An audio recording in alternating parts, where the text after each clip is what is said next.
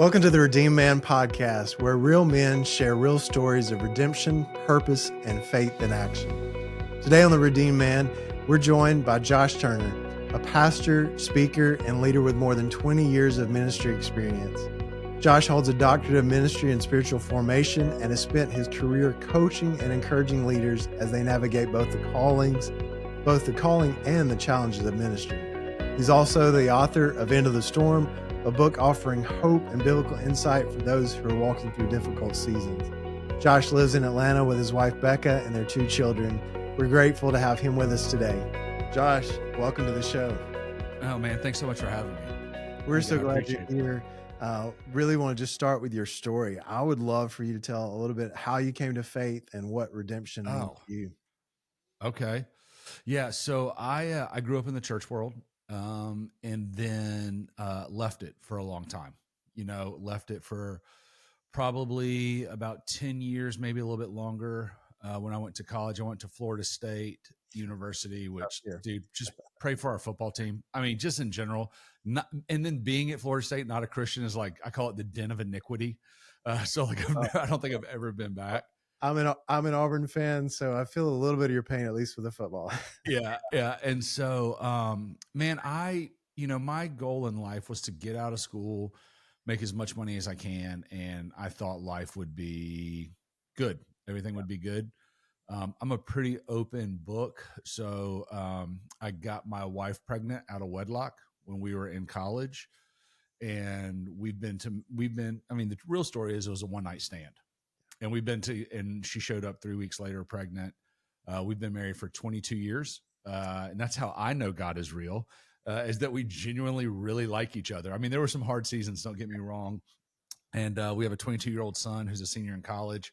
But, got out of college. And like I said, I thought that if I made enough money, had a home, had a family, life would just kind of be great, right? And I got everything I thought I wanted at a really kind of younger age. I was like 23, 24, making, 6 figures a year in the early 2000s, which was great. Built a house and, man, was miserable and did not know why I was miserable.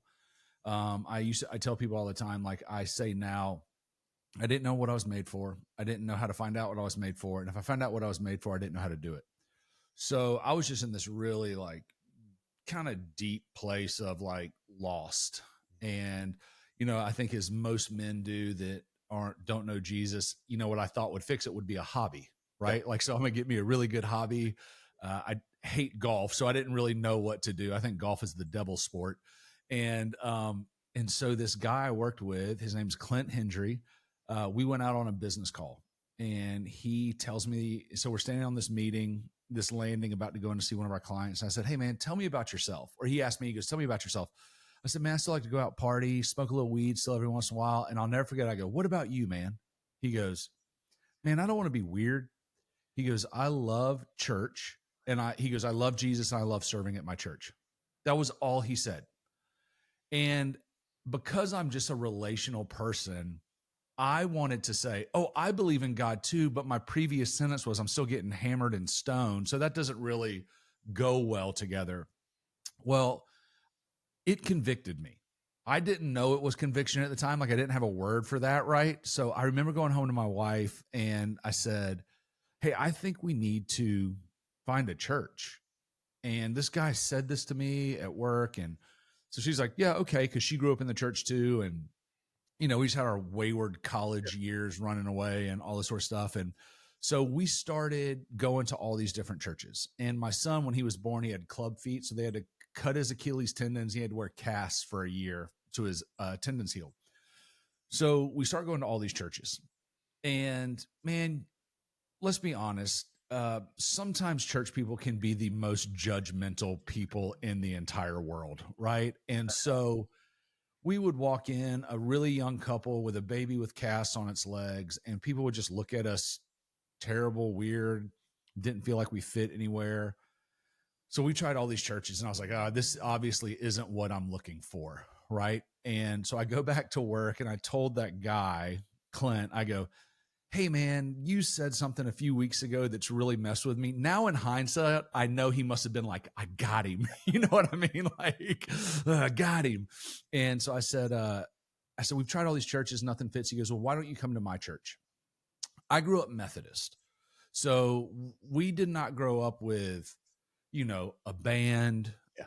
intelligent lighting, haze, like especially in the early 2000s, man. Like I think we all thought that haze was what ushered in the Holy Spirit. When you'd go into a room and it was real hazy, you're like, God is here. Yeah. Like we were in the tabernacle. And so we walk into this church and bro, my first thought was, this is a cult. Like this is people with their hands in the air, people crying, it's like 1,500, 1,700 people in the room. And I'm like, what is this? Yeah. So we go in, we're in worship, and it was me on the end, my son in the middle, and my wife in the next seat. And I can remember standing with my arms crossed, looking at all of these people worship and think to myself, well, this is obviously not what I'm looking for. Yeah. These people are nuts. These people are crazy.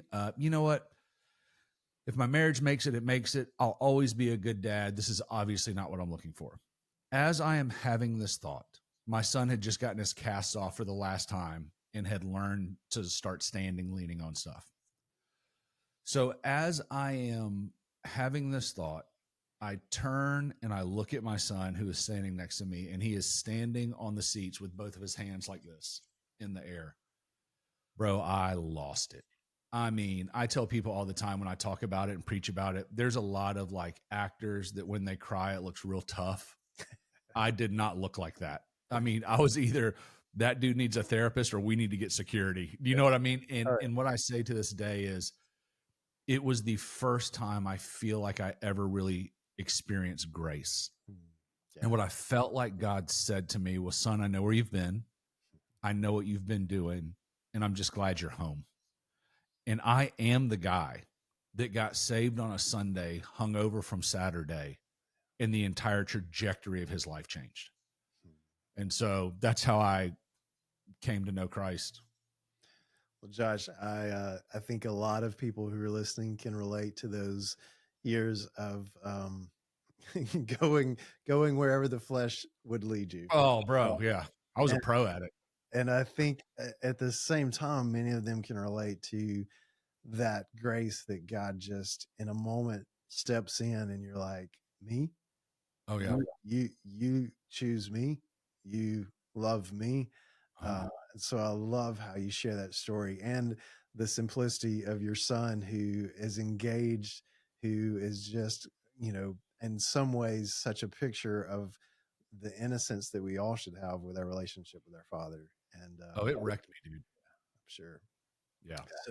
So you have this moment, you have this encounter with the Lord, and obviously I know your life changes after that. Talk a little bit about that and then how that leads you into ministry and serving in the local church. You went on to get your doctorate. I mean, you lived and breathed what it looked like to be in ministry. So how did you get to that place?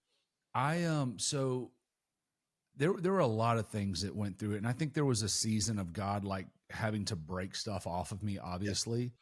So for one of them, man, is I liked going out and drinking and partying with my friends, right? And some of these guys I'd grown up with my entire life. And so I had to call a bunch of guys because there were just certain friends, even though I wanted this life with Jesus, there were certain friends, and we all had them, where you just get around them and you fall back into the same habits, right? Like someone's bailing somebody out of jail that night when you get with those boys. And so I knew, and it wasn't me looking down on them. I knew there was a part of me that I wanted to be different, and I wasn't strong enough to be around them without falling back into the stuff that our relationship had been for years. So I called a bunch of my friends, and I just said, hey man, I feel like God is doing something different in me. And he's wanting to do something different in me. So I'm going to need to distance myself for a little bit. And this has nothing to do with, I think you are wicked and evil and a bad person. It means I'm not strong enough. Yeah. And so there was a really hard season of me having to distance myself first from some friends. And then there was also the season of God just continually like peeling back certain things. And I was so thankful to have experienced grace. I mean, I would come home and just go into literally my closet, which was my prayer closet, but it was just a closet, and sit in there and put worship music on and read and listen to worship music. And God just slowly started breaking things off of me. And I still think I'm in that place, right? I mean, I've been a pastor now for over 20 something years, and I still feel like there's this season that God is continually refining, breaking, molding me, shaping me. But that was one of the hardest moments, was really separating myself from some friendships that I knew I needed to. And then honestly, I was in ministry within 2 years of getting saved, which should not have happened, like, at all. And I look back on it now, and, you know, I think this is changing a lot in the church world, but I could kind of own a room. I could sound good in a microphone, and kids liked me. Yeah. And so I was put in as the middle school youth pastor. And listen, I had a lot of fun, man. If you get to rappel out of a ceiling dressed as Spider-Man, you should do that at one point in your life. You know what I mean? Like, but I look back on things now, man, I taught things I don't even believe anymore, Yeah. you know? And so I just was always at this place of, I'm going to do what I feel like God is calling me to do, but I'm going to try to hold it as open-handed as possible. And so I just kept walking and progressing in what I felt like God was calling me to. And man, there were really, really sweet seasons. And then there were a lot of seasons where God had to teach me a lot of really hard lessons. And luckily, God put a lot of people around me that were not afraid to say very hard things to me. And I needed that in my mid-20s. You know, Yeah. I still need that in my mid-40s, but definitely in my mid-20s. Yeah, I think that's so crucial in that season of development, to have those people who are willing to step in. And I Yeah. honestly, from my own experience, realized that, especially in the ministry world, it felt like, everybody was talking about modeling discipleship, but yet as pastors and ministers, it was often really hard to find somebody who was willing to walk alongside you and go, "Hey man, let me shepherd you and care for you and help you along the way." Because my story is very similar. Stepped into a role super early on, and really at first had a pastor who was kind of walking with me, but then he went to another church, and then I'm kind of doing this thing on my own, and I'm trying to figure it out. And you need those guys around you to help shepherd you. Well, and a lot of it too is that guy Clint Hendry that ended up witnessing to me at work. He ended up becoming the youth pastor at the church. And when I was still in business, I would go just sit in his office every day. I quit taking lunches, and I would just go sit in his office every day.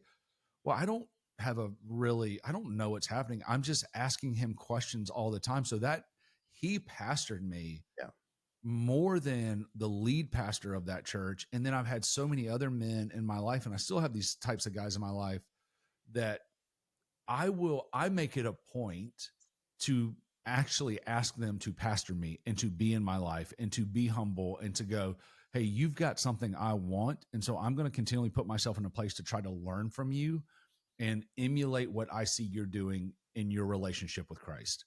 And I think that's a super important thing for at all stages of life. Yeah. No, I agree wholeheartedly. So let's fast forward. Now you're leading 1010 Project. Talk about what that is and where the name comes from. Yeah. So I actually do a few different things. So I was at one church for 17 years. Planted two churches. Planted a church in Orlando, Florida, that had multiple campuses. 2018, my pastor that I'd been with for 17 years made some decisions I couldn't follow anymore, and so resigned. And also have a severely special needs child. So the same week I resigned from this church I'd been at for 17 years, my daughter gets her first ever diagnosis, 12th known case in the world. We lose all of our Medicaid in the state of Florida, and that's how we've been in Atlanta for almost 7 years now. So 2019, dude, I was just a disaster of a human being. You know, I'm sorting through everything. But what happened in that is I'd always taken guys on hunting and fishing trips, and I'd always done stuff to try to care for pastors, care for the guys on my staff. Now I wish I had done that a lot better. Hindsight's always 2020, as they say, you know, But really in 2020, I took a friend of mine to speak to 60 pastors up in Colorado. This was a guy, he had kind of previously had a moral failure. And when guys have moral failures, I always ask them, what got you there? I don't really care about what you did, but I'm always interested in the pathway that kind of led you to an affair, to a blow up, anxiety, depression, whatever the case may be. And he was very open about it. So I asked him, I said, hey man, would you go and speak to 60 pastors with me? And he and I had become really good friends. He was, author in Lifeway Christian bookstores, chaplain for the St. Louis Cardinals. You'd go into Lifeway Christian bookstores. His books were there, founding member of Acts 29. He was really well known and he became a really good friend. So he's like, man, I would love to go share with 60 pastors what I have learned through my blow up. And I'm like, that's awesome. I take him and I watch my friend. I was in a really rough season. There was like 6 or 7 of us that were in really rough seasons because of what we've been through. And I watched my friend for 3 days pastor everybody unbelievably well. And then 3 weeks later, he killed himself. And I talked to him the morning he killed himself. And to tell you I had zero idea would have been an understatement. Still to this day, I have questions about it. I have some theories that will remain, to myself, but it kind of floored me. And that was the third pastor I knew of in a year that had taken their life. Not to mention seeing my own pastor of 17 years go off the rails, other friends go off the rails, pick up a newspaper, go to any, websites of people who feel like their job is to call out the church because they're doing the Lord's work. I have a lot of bents on that. But so after my friend took his life, I started looking around at what was actually offered for pastors to help them stay healthy. And you found really one of two things. You found trips that were just 3 to 5 days away for guys. And I call those relief trips. And relief isn't bad. But if you don't ever deal with the underlying issue of what you need relief from, then relief becomes like a drug for a drug addict. What once worked doesn't work anymore. And you need more and more. And I say a lot of guys settle for a place, but what they need is a process. And the other thing you found was like rehab programs, mental health programs that you would send guys afterwards. So there was nothing that was a full, long process that I knew about, that we knew about. My business partner that started it with me at the time was Tyler Reagan, and there was nothing else out there. Well, fast forward a couple of years, we start running 1010. 1010 comes from Ecclesiastes 1010 that says a dull axe requires more work, so use wisdom to sharpen the blade. That's why our logo is that right there, the axe crook or the shepherd's crook and the axe. So we start running a year-long cohort for pastors. But we felt like something was missing, and God brought a relationship to the table in Biola University. So Biola University in Notre Dame for the past 15 to 20 years has been studying pastors. This is based off of the work that Harvard and Baylor did on the study of human flourishing. Notre Dame and Biola said, we're going to focus on pastors. So they started studying pastors 15 to 20 years ago on what causes a pastor to burn out, have anxiety, depression, moral failure, whatever, but also what are the principles and practices that if a pastor does them will help him stay healthy in ministry and flourish over the long haul of ministry. So what we did is we actually formed a formal partnership with Biola, bought all that research and data and put it through our entire process. So now when a guy goes through 1010, he's not going through my opinion or our opinion of what keeps a pastor healthy. This is research, data-driven, higher education research that says, man, these are the things that if you don't pay attention to these, they're going to cause you to go off the rails. But if you do these things, it's going to help you stay healthy. So 1010, it's a year-long process. It consists of 3 trips. 2 of those trips are adventure trips. The middle trip is a counseling intensive. We have 5 mental health therapists. They're Christians. They're licensed therapists that work with us. We go to a retreat center. All the guys go through a week-long intensive of therapy, monthly coaching, cohorts, content videos, field guides, different exercises that we are taking the guys through each week throughout the year. So basically what they're doing is we've taken the higher education part and turned it into exercises. Yeah. So the guys, as they go through the exercises, are actually learning the tools and the skills that helped them continue to flourish in ministry. Well, I know you probably have many stories that would stand out, but share a couple of stories, maybe from the impact you've seen. Man, I think here's what I tell people. When you get an email from a guy's wife that says, I don't know what you did to my husband, but he's a different person now, that is worth it all day long. And then the other thing that I've really learned in this, and I was talking about this with a guy today actually, is I think what we do as pastors, right? The weird thing as pastors is the majority of everybody in our life either works for us, goes to our church, or is on our board. So there is a level of who can we talk to? Yeah. Who can we be honest with? So I think pastors end up isolating, not out of desire, almost a little bit out of necessity. Isolation breeds insanity. Yeah. And so when you are by yourself and you think that you are the only person that struggles with this, man, it makes you feel crazy a little bit. And I've seen it in other guys because I can recognize it in myself, right? Like, but when you see a group of 8 to 9 guys sitting around a fire pit, and some guy confesses something, or some guy says, I'm struggling with this, and I know that none of you would understand what it's like to struggle with this. And 4 of the other guys go, bro, I call that Tuesday. Like I struggle with that every other day. And I think what we see so much is guys coming in thinking that things are one way and that nobody else is dealing with what they're dealing with or struggling with what they're struggling with. But the majority of every other guy is struggling in that kind of environment. And one of my favorite stories, I can't go into it too much, but there was a guy on one of our trips that he told us his story. And in part of his story, it would cause other men to treat him differently after that. Yeah. And so the first trip, you tell your story. So I had told my story, and so he tells his story. And I'll never forget, he was sitting across the fire pit from me, and he kind of leans forward and he looks at me and the other guys in the circle. He goes, I'll understand if all of you treat me different now. And I looked at him, I said, hey man, we don't give a crap. I go, let me just be really honest with you. I said, we all got stories. We all have things that we aren't proud of, that we have screwed up in and whatever. And I was like, man, thank you so much for being vulnerable and honest. At the end of that trip, he pulls me aside. He said, you guys are the only group of men I've ever been around that I've told my story to, and you haven't treated me different. So it's stuff like that. And then earlier this year, we had 4 10-10 guys preaching for 4 other 10-10 guys all on the same Sunday in Atlanta.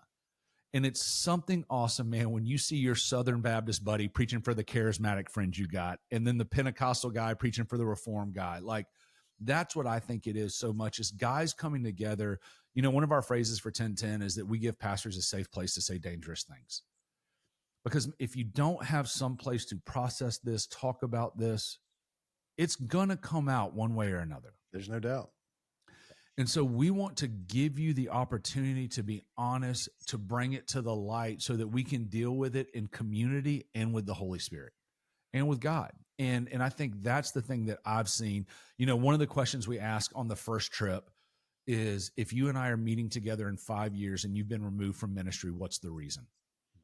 Because we want to see if guys know it, right? Like, or at least they know the things that they're already aware of, right? Like, I could probably give you a list for me, but I'm also pretty sure there's some things I do not know about that could take me out, you know, like that are just kind of in the periphery over here. So that is, those are my things, man, that I love so much. And when you hear a guy, when you get text messages from guys that saying, if it weren't for you or if it weren't for 10-10, because I don't coach anymore. We have awesome coaches. If it weren't for 10-10, I don't think I'd be in ministry anymore. Yeah. That's where you're like, okay, this is working. Like, this is, you know. Yeah. So. No, Josh, the work you're doing, you know, is so similar to what we do with our groups, and creating that space for guys to be able to be open and honest and share things, and have another guy go, yeah, me too, and I don't treat you any different than before. And I think when you look at ministry leaders, it is such a I always tell guys, like, you are carrying a lot, you are leading in ways that you probably are not gifted. You got Yep. Oh, responsibilities that you have to for carry sure. that a church has put on you because you're Oh, the yeah. pastor, and we need you to do this. And so there comes, great stresses and strain to that. And then we have a real enemy who is Uh-huh. seeking to kill and destroy. And if he can take out the shepherd, and make it look like, well, why in the world would you want to follow that God? Yep. Then we need to be circling around ministers and loving them. And you guys are doing such a good job with that. Oh, thanks, man. When you think about all that you've unpackaged over the years and learned yourself, what are some of those things that you've implemented into your own life that you're like, Oh, I don't know that I would have ever even thought about that before kind of getting into this data and this research? yeah. I think a lot of what I would say to you is things I'm still wrestling with. Like I would love to say, like, I've got this, I've figured it all out. Man, I would say one of the main things that I have learned about myself is I don't really have a problem knowing how to be a servant of God. I sometimes struggle with being a son of God. Mm. And I'm really good at working. Yeah. And so when we went through what we went through with our old church and my old pastor, there's a lot I look at and I'm like, I could have done that different. I could have been a little bit kinder in this. I could have been whatever. But it was the first time in 17 years that I was not, quote unquote, a pastor, right? And it rocked my identity a little bit Mm. because I wasn't able to serve the Lord in the way that I had been for Yeah. 17 years. And so I had to really wrestle with, what does it look like to be the man that God's called me to be if I never step back into that world. And I didn't have a moral failure or anything like that. It was just a disagreement, basically. Yeah. And so I really have been on this journey of continually trying to define who I am, not based off of what I do for the Lord, but just based off of who he says I am. And so for me, that has looked a lot more like ancient spiritual practices. Yeah. And that was one of the things that the research actually showed, was that one of the things that helps pastors grow in their resilience, well-being, and thriving is ancient spiritual practices. I was never taught any of these things. Man, I was taught how to grow teams and run a budget.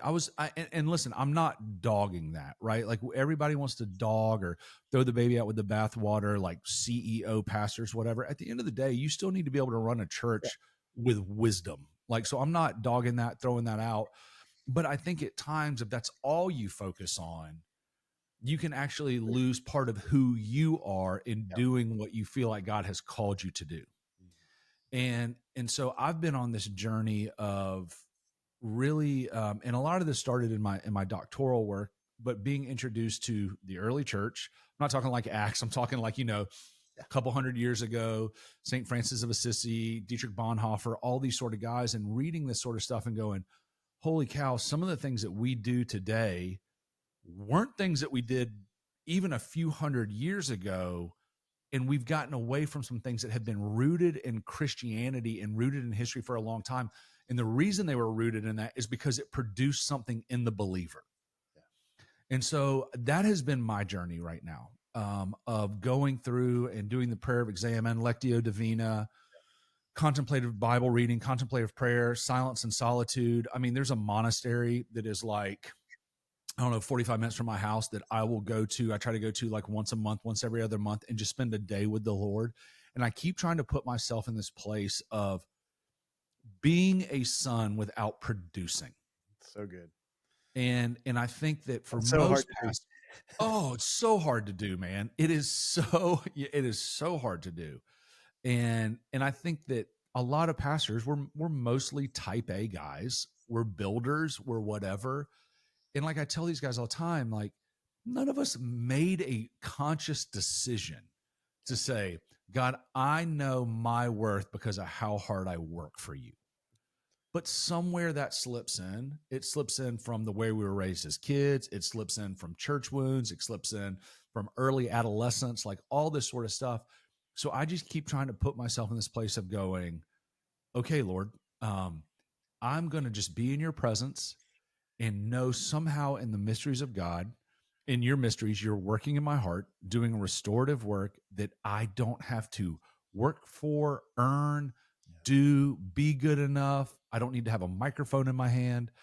And that is a lot of the deep work, man, for me that I've been in with spiritual direction. I saw my therapist today, like all of that sort of stuff. And it's funny. I did a podcast with Matt Chandler a few months ago, and some dude in the comments, Matt and I were texting about it, just starts saying, like, just going off on me, right? Like that there's no way he should have been a pastor, that he doesn't understand that he's a son first, a servant. And I'm just reading it, and I'm like, it doesn't bother me first and foremost, but I'm just like, maybe it does because I'm bringing it up. I'll talk about that in my next therapy session. But I'm just thinking, okay, this guy's never been a pastor. He has no idea what it's like. But it is something I tell guys all the time, and I've learned in my own life. Man, ministry is super weird because the Bible, the tool that you use to get close to the Lord is also the tool that you use to do your job. Yeah. And it can get sideways quick. And I had this thought a couple weeks ago with some friends of mine that are pastors. I think for a lot of guys, ministry has ceased to become our calling and has become our job. Yeah. And I get it, but that is scary. And so how do we, and this is the question I'm asking myself, how do I keep coming back to, in all the ministry roles that I do, it's not because it's a job that pays the bills. Thank God it pays the bills. Yeah. But it is a calling that God has placed on me for whatever reason he sees fit. Yeah. And I think that that's what keeps you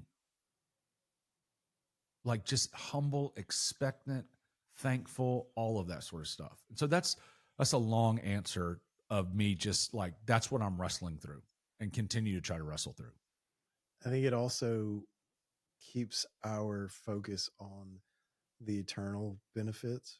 For sure. You were talking earlier about the guys that you think about with 1010, the pastors and the letter, like when you are reminded about things that they're not tangible, like the money you're Yep. going to receive for something, and you're like, man, this is something I'm really storing up that's impacting other people beyond myself, that I'm not just impacting this person, but they're impacting other people who are impacting other people, and the multiplication that's there because of the work that God's doing through his people and his community.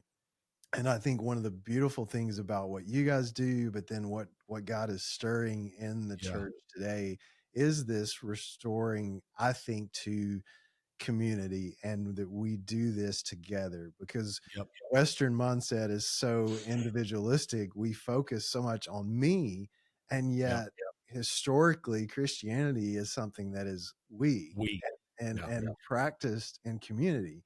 And I think one of the beautiful things about your groups and having groups of men in general around a space is this idea that I get to unpackage and work on me in community.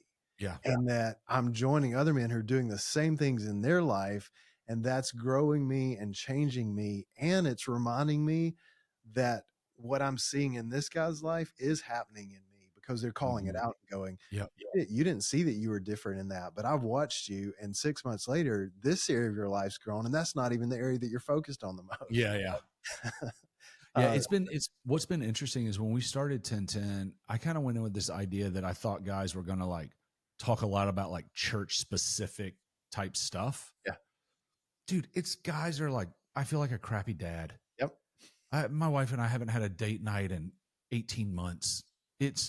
I feel really far away from God, but I know how to turn it on when I get on stage. And I'm like, oh, this is like, and once you hear that so many times, you start recognizing like, oh, it's actually not like quote unquote ministry that is like, that's a part of it, but it's what it's causing us to become in our personal lives a little bit, which is the thing that we're really trying to sort through and help guys with.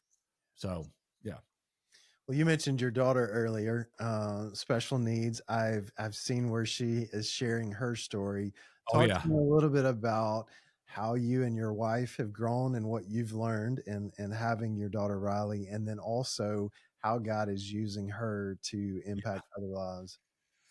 Oh man, I think I could probably talk about this for 3 days straight. When we had Riley, so we had two miscarriages between our son and our daughter, and she was a total normal pregnancy. And then we go in and they resuscitate her in the room. She's 3 months in the NICU. Man, for me, my theology and doctrine got balled up into a ball and thrown out the window.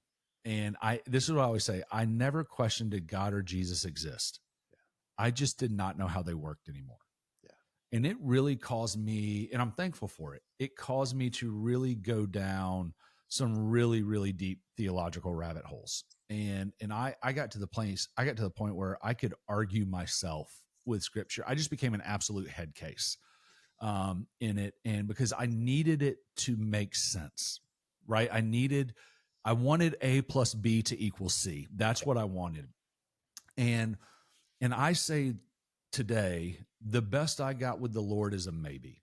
You know what I mean? Like, hey, is that what God's doing? Maybe. Yeah. Is that what God wants you to do? Maybe. And I learned through my daughter, through other situations we've walked through with her, as best as I can, to walk open-handed in the direction I feel like the Lord is calling, and say, Lord, if this is you, continue to open the doors. If this is not you, continue to close the doors. Yeah. And I really learned a lot, man, that God's character is not tied up in my circumstances. That's good. And I had to learn a lot of things the hard way, because like I said, I got saved and then was a pastor in 2 years. So my theological depth was not deep. And having her forced me into some deep waters, like some really, really deep waters. And I used to ask this question of every pastor I'd sit with. And God's allowed me to have a lot of great relationships of some very notable people that I'm very thankful for. So I used to sit with every pastor and I go, hey man, I got 2 questions for you. I'm a special needs daughter, 12th known case in the world. I can go Psalms 139, that she is made like this, that God calls it, or I can go Romans 8:28, that God's just working together for good, and it's because of sin in this world. What is it? Bro, the amount of different answers I got from that question.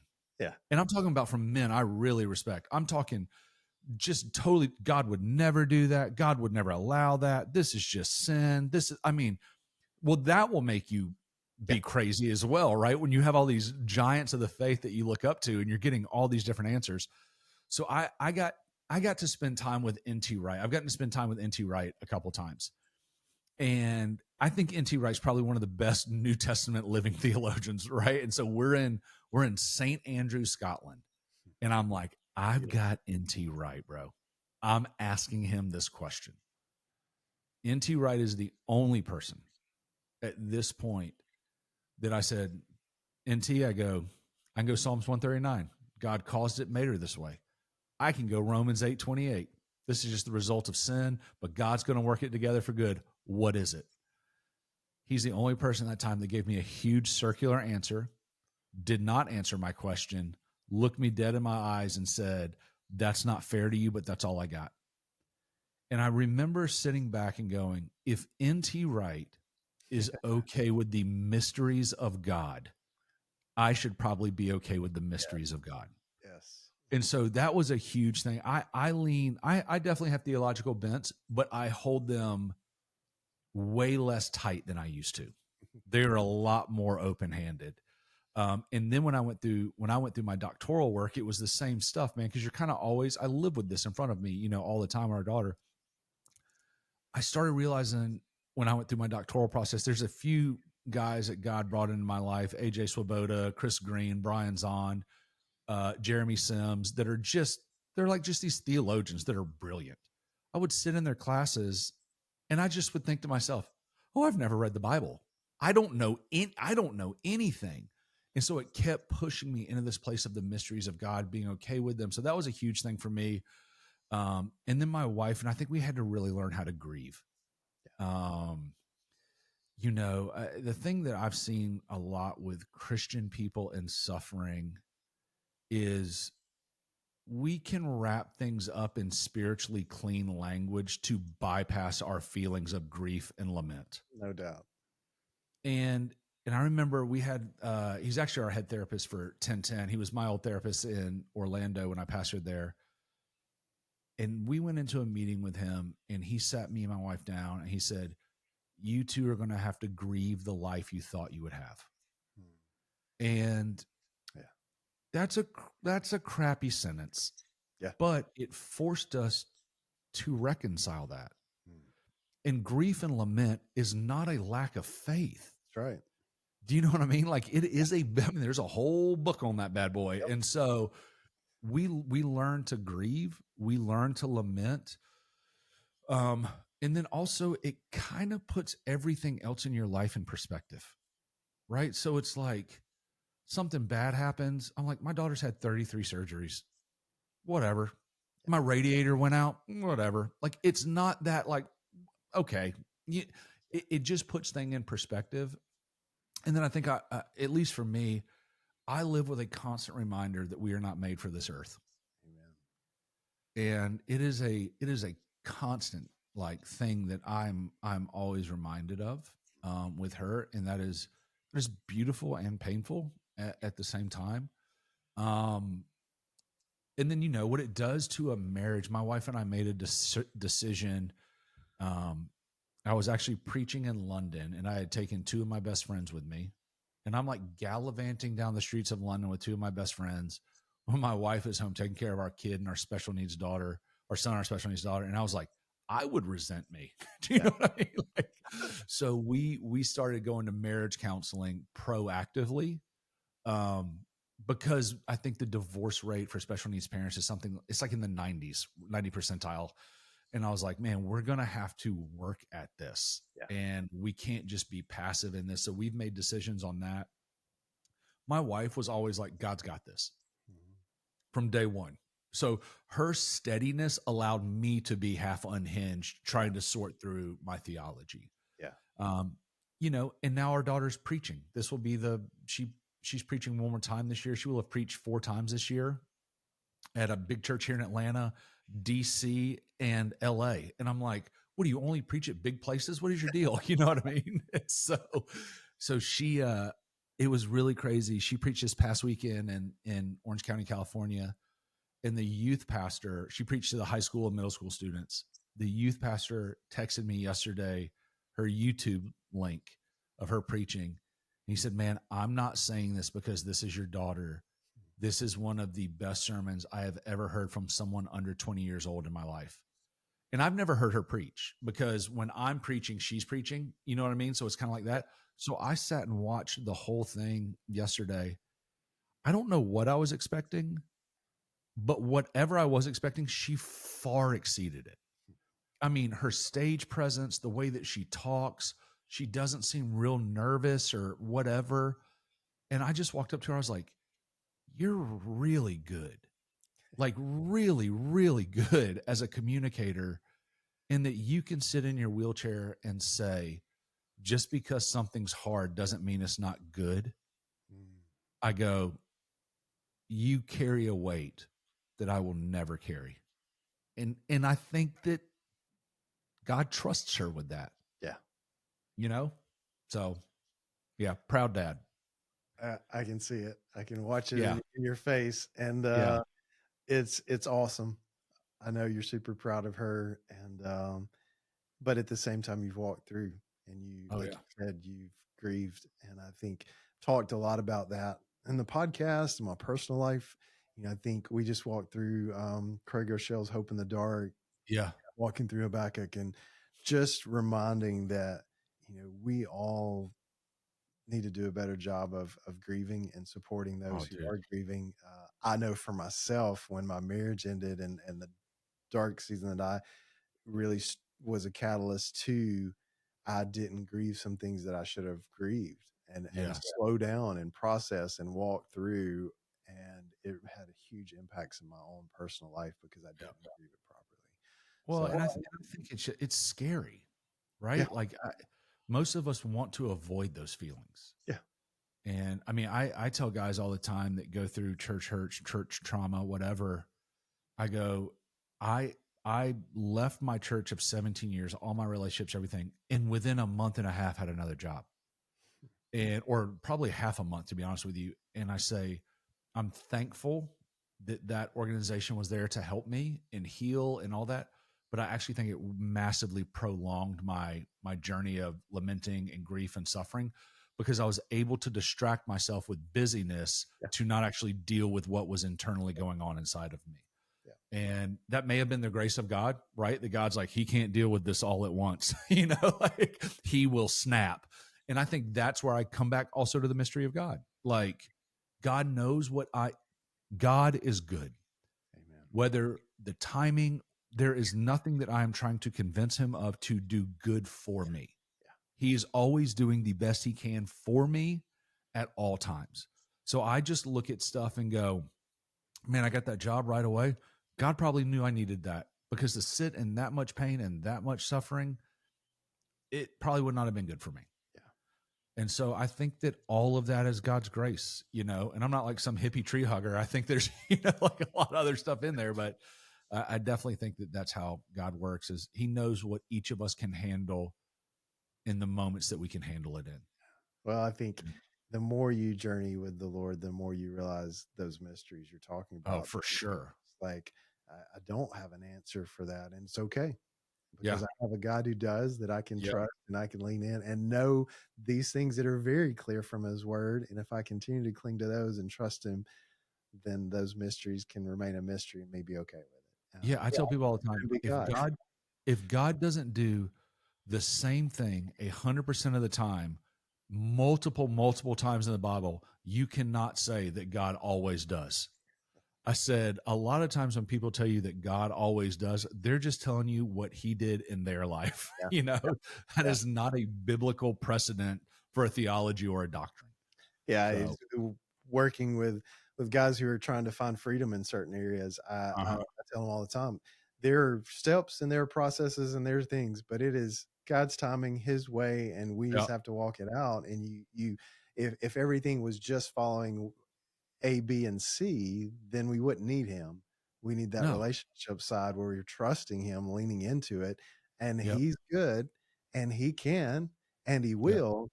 yep, How he does it, keep yep, walking, keep yep. walking. That's it, dude. That is it. So, Well, Josh, this has been such a fun conversation. I appreciate your time, and we'll have to do it again. yeah, man, Like absolutely. on Thanks another for having me. podcast. But thank you for sharing your story about your journey of faith, about what you're Yeah. doing with 1010 Project, and then about your daughter. I think for so many people, there is something that was very beautiful in how you shared that. And no Yeah. matter what people are walking through, whether it is a daughter with special needs, there are challenges in raising your kids Oh, that bro, I still have a 22-year-old that's very normal, you know. So, that we have to grieve sometimes, yeah, celebrate more, and find the community to help us do yeah, it. I have a freshman in college and then two still in high school, and yeah, you get it. it's every day's unique. Yeah, dude. Yeah, absolutely. Well, thank you, man, and God You bless. bet, buddy.